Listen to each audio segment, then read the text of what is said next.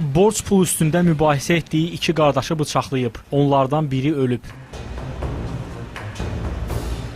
Hadisə ötən axşam saat 23 radələrində Şəmkirin Kür qəsəbəsində baş verib. Sabit Əliyevlə Mahir və Zaur Abbasov qardaşları arasında yaranan mübahisə cinayətlə başa çatıb. Sabit Əliyev qardaşların hər ikisinə çoxsaylı bıçaq zərbələri endirib. Ağır yaralanan qardaşlar xəstəxanaya aparılarkən 42 yaşlı Mahir Abbasov yolda dünyasını dəyişib. Şəmkir Mərkəzi rayon xəstəxanasına çatdırılan 34 yaşlı Zaur Abbasov isə əməliyyat olunub. Vəziyyətinin ağır olduğu bildirilir. Şöbəyə bir nəfər bıçaqlanma ilə müraciət olunub. Xəstəyə qarın ön divarının daxilə keçən kəsilmiş, deşilmiş yarası və sol döş qəfəsinin arxa səthinin boşluğa keçməyən kəsilmiş, deşilmiş yarası ilə daxil olub. Xəstə təcili olaraq əməliyyat olundu. Əməliyyat zamanı yoğun bağırsağın 2 ədəd deşilmiş yaraları tikilib, qarın boşluğu təftiş olunub.